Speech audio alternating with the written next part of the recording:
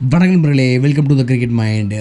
ஐபிஎல்லை பொறுத்த வரைக்கும் வந்து பார்த்திங்கன்னா ஆக்ஷனுங்கிறது ரொம்ப ரொம்ப முக்கியம். அதாவது ஆக்ஷன்னா என்னென்னா ஏலத்துக்கு வந்து பிளேயர்ஸை வந்து விடுறது. அதாவது ஒவ்வொரு வருஷமும் வந்து பார்த்திங்கன்னா ஐபிஎலுக்கு ஃபாரின் பிளேயர்ஸும் சரி, இல்லை இந்தியாவிலேருந்து பிளேயர்ஸும் சரி வந்து பார்த்திங்கன்னா எக்கச்சக்க பிளேயர்ஸ் வந்து இதில் ஐபிஎல் ஆக்ஷனில் வந்து கலந்துக்கிறதுக்காக நாமினேட் செய்யப்படுவாங்க.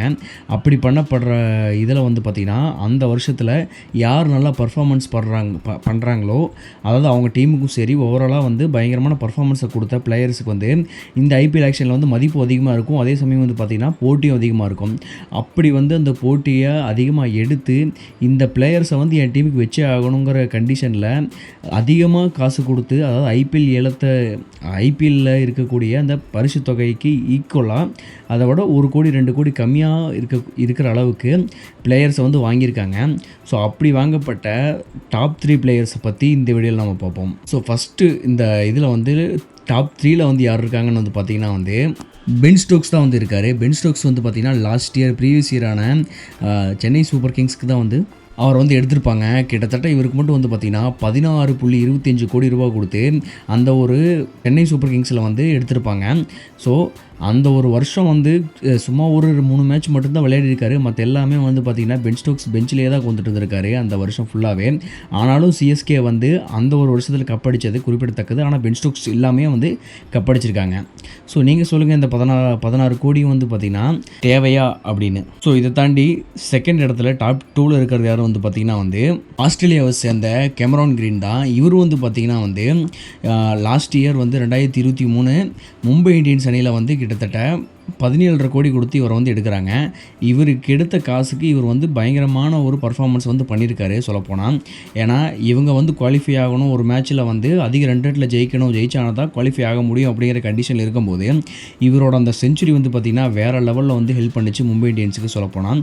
அதிக ரன் ரேட் வித்தியாசத்தில் வந்து ஜெயிச்சு கொடுத்தது மேன் ஆஃப் த மேட்சும் வந்து பார்த்திங்கன்னா செஞ்சுரியை போட்டு பயங்கரமாக வந்து டீமை வந்து கொண்டு போயிருப்பார் இந்த கேமரான் கிரீன். ஸோ இவருக்கான மணி வந்து ஒர்த்தா இல்லைங்கிறத பற்றி நீங்கள் கவுண்ட் பண்ணுங்கள். ஏன்னா லாஸ்ட் இயர் தான் வந்து பார்த்திங்கன்னா 17.5 கோடியை கொடுத்து இவர் வந்து மும்பை இந்தியன்ஸ் அணி வாங்கியிருந்தாங்க.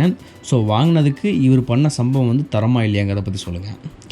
ஸோ நம்பர் 1 இடத்துல யார் இருக்காங்கன்னு வந்து பார்த்திங்கன்னா ப்ரீவியஸ் இயரில் சாம் கரன். ஸோ இந்த லிஸ்ட்டில் வந்து பார்த்திங்கன்னா இப்போ வரைக்கும், அதாவது இந்த 2024 ஐபிஎல் இல்லாமல் 2023 ஐபிஎல் வரைக்கும், அதாவது 2007லேருந்து 23 வரைக்கும் உண்டான ஐபிஎல் சீசனில் வந்து அதிகப்படியாக வந்து பார்த்திங்கன்னா சேலான ஒரு பிளேயர் தான் இந்த 3 பிளேயர்ஸும். அதில் ஃபஸ்ட்டில் இருக்கிற யாரும் வந்து பார்த்திங்கன்னா இது வரைக்கும் இவர் தான் வந்து அதிக அளவில் ஐபிஎல்லில் வந்து ஐபிஎல் சீசனில் அதிக அளவு பெயிட் கொடுத்து போனவர் இவர் தான், சாம் கரன். இவர் வந்து பார்த்திங்கன்னா பஞ்சாப் அணிக்கு 18.5 கோடி கொடுத்து 2023 வந்து இவர் வந்து டீமில் எடுத்திருக்காங்க. ஸோ இவருக்கு வந்து பார்த்திங்கன்னா இவர் தான் வந்து நம்பர் 1, அதாவது போன வருஷம் வரைக்கும் இவர் தான் வந்து அதிகமாக ஹை பெய்டாக வந்து ஐபிஎல்லில் சேலரி வாங்கின ஒரு பிளேயராக வந்து இப்போ வரைக்கும் இருந்துகிட்டு இருந்தார். ஸோ அந்த இதை வந்து பார்த்திங்கன்னா சரித்திரத்தை மாற்றிட்டாங்க சொல்லப்போனால் ஆஸ்திரேலியன் பிளேயர்ஸ் 2 பேரும். ஸோ இவருக்கான மணியும் வந்து இவருக்கான சேலரி வந்து பார்த்திங்கன்னா லாஸ்ட் இயரில் வந்து ஒர்த்தா இல்லையாங்கிற பற்றி சொல்லுங்கள். ஏன்னா கிங்ஸ் 11 பஞ்சாப் பெரும்பளவில் வந்து பார்த்திங்கன்னா பெரிய வந்து ஒரு பர்ஃபார்மன்ஸும் பண்ணலை சொல்லப்போனால், டாப் 4ல் கூட வரல. ஸோ அப்படி இருக்கிற டீமில் வந்து இவர் 18 கோடி கொடுத்து நம்பி எடுத்திருக்காங்க.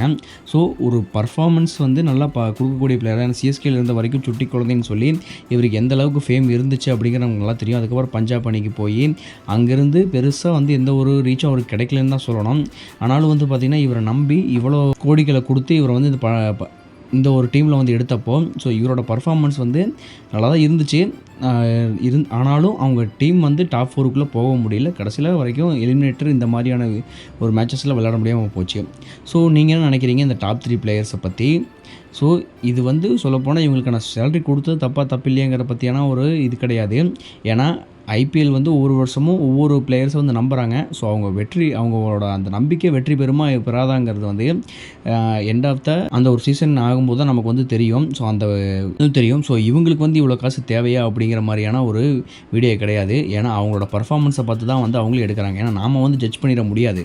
கிட்டத்தட்ட அந்த எடுக்கக்கூடிய அந்த ஒரு ஓனர்ஸ், அந்த ஒரு டீமோட ஓனர்ஸ் வந்து நிறைய அனலைஸ் பண்ணி தான் எடுத்திருப்பாங்க. ஸோ அதுபோல் தான் இந்த ஒரு டாப் 3 பிளேயர்ஸும் எடுத்திருக்காங்க. ஸோ இதில் எடுத்ததில் வந்து பார்த்திங்கன்னா இப்படி நடக்குங்கிற மாதிரி நமக்கு தெரியாது. ஸோ அதுபோல் தான் வந்து பார்த்திங்கன்னா இந்த ஒரு டாப் 3 இதுவும் லிஸ்ட்டும். ஸோ வீடியோ எப்படிங்கிறத பற்றி கமெண்ட் பண்ணுங்கள். நான் உங்களை அடுத்த ஒரு நல்ல ஒரு வீடியோவில் மீட் பண்ணுறேன். அது வரைக்கும் பை.